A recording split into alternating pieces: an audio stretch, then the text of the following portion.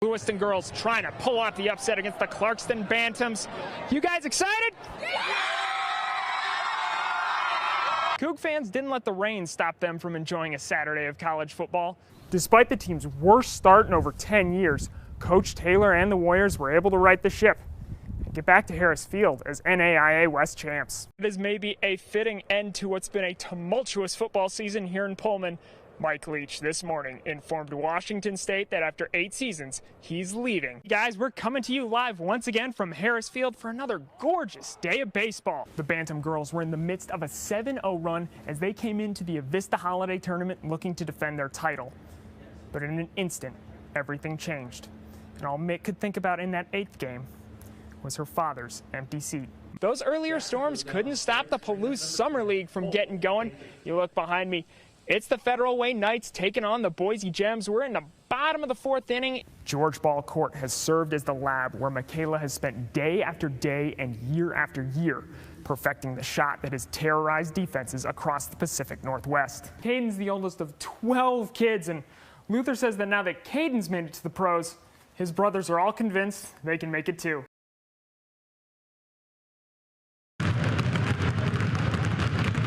I think there's a lot of lessons you can learn from the game of basketball, whether it be lessons in leadership or lessons in grit and perseverance.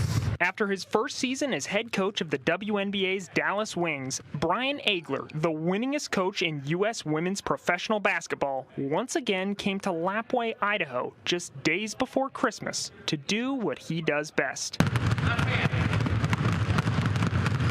Saturday and Sunday, he held his 2nd annual free Holiday Hoops basketball clinic for girls between 5th and 8th grade. It's sort of the season for giving, and I'm grateful for the opportunities I've been given, and I want to try to create some opportunities for other people. For 2 days, girls from all over north central Idaho and eastern Washington had the chance to learn from the 2-time WNBA champion who's coached stars like Candace Parker and Skylar Diggins-Smith. My spin dribble, I'm not fully turning and then switching hands because the way I did it made it slower, but now he corrected it and it's 10 times faster. Event organizers with the Nez Perce tribe also want to use the clinic as a place to teach young girls about how to succeed in life. We want to make sure that we empower them and we give them the tools that they have to be successful women that will end up being leaders. That includes emphasizing the importance of mental health and overall wellness, especially when some of them come from difficult backgrounds. We have people that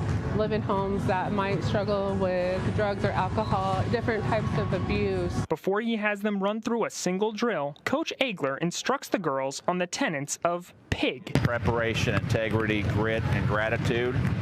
I think all those are ingredients for excellence, to excel, or to be successful. So Maliga went through the program last year and came back to help run the camp while striving to be a role model and resource for the other girls. Our culture, we're really women are the heart and soul, and so I just want people to look up to us. We're women, we can do everything that everybody else can. We can do the same thing as our boys can. In Lapwai, Stephen Pimpo, KLEW Sports. It really means the world to me because I could not imagine what he has gone through with everything. It's just to know that he'll always support me. He tries to make me his #1 priority, and it's the best feeling. Clarkston guard Mick Jackson says all she has to do is look for her father Mark in the stands, and she knows she can overcome whatever is in her way. For him coaching me all through my life is just to, no matter what, to never give up. For the past 5 years, Mark's life has been a testament to his commitment to that creed. In 2015, doctors discovered a tumor in Mark's brain. One up there that was the size of a darn baseball right here, and it was shutting me down, so it was kind of emergency surgery to get down to get that taken care of. Since then, Mark has undergone cancer treatment that has included chemotherapy and multiple brain surgeries. But none of that could stop him from watching his daughter take the court for the Bantams. I got a lot of years of fathering and coaching on this one, so I like to go watch her. She goes out there and battles.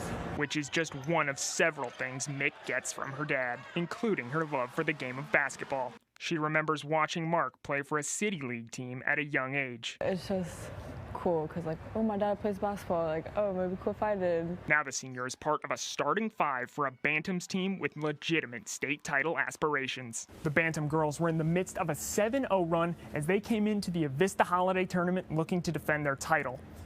But in an instant, everything changed.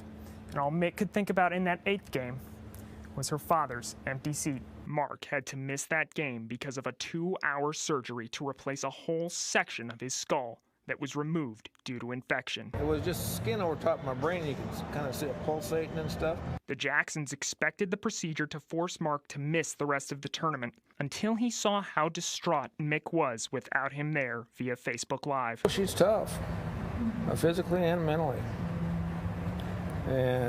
But of course, the emotions get the best of just about everybody. And watching her in that game when Star went live, I knew her head would be a little more clear and more on basketball if I was there for the next game. So just one day after brain surgery, that's exactly where he was. They told me that they were going to try to make it, but when they did, I was like, that's pretty cool. Pretty great. You had a good game that game. Oh, thank you. Mark has regular MRIs as doctors monitor the area where his tumor was. But for both father and daughter, their fighting spirits remain strong. For him coaching me like all through my life is just to, no matter what, to never give up.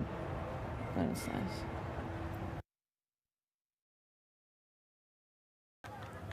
It's just kind of, surreal to say, hey, my son's now playing in the league. Lots of kids grow up wanting to be like their dads. Lots of kids grow up wanting to play pro football. Idaho linebacker Caden Ellis gets to do both. The son of all-pro defensive lineman Luther Ellis, football has always been a part of Caden's life. I don't really remember too much. I remember playing with my little action figures during his games. After his career with the Vandals, scouts were buzzing about Caden's elite athleticism and his on-field production to back it up. But during round 7 of the NFL draft, Caden was still waiting.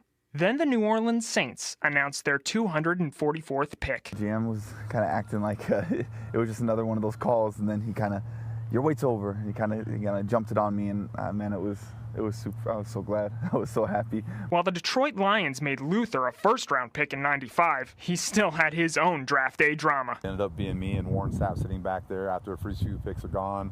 We're both of us supposed to go in top 10, and here we are. But it was nothing compared to going through Caden's. For me, it was the 20th pick, so it was a little nail-biting, but not even close to being the same when it's your son. Now, father and son join a select NFL group among names like Manning, Matthews, and Shula. To kind of go back and see the Lions post some stuff, kind of get to watch him play, see what he did, and now have a chance, so I'm excited. Caden says there are plenty of elements of his dad's game he's made part of his own. Watching his get-off and how hard he struck the O-line. He always told me to arch the center, or to bend them backwards, to break their back. But Luther has always strived to be a father first and a coach second. He spent the last few seasons on the Vandals coaching staff watching Caden and his brother Christian grow up. Develop in character and growth and who they are and what they're becoming, and see the good times, the bad times, and be able to walk through that with them. And for sure there's been more good than bad. He's the best dad in the world, I think. He makes mistakes, but I think that's kind of what makes it so great, is through the mistakes and through the adversity, how do you respond? And it's that mentality that Caden hopes will carry him to the Saints' 53-man roster and beyond. My son's now playing in the league.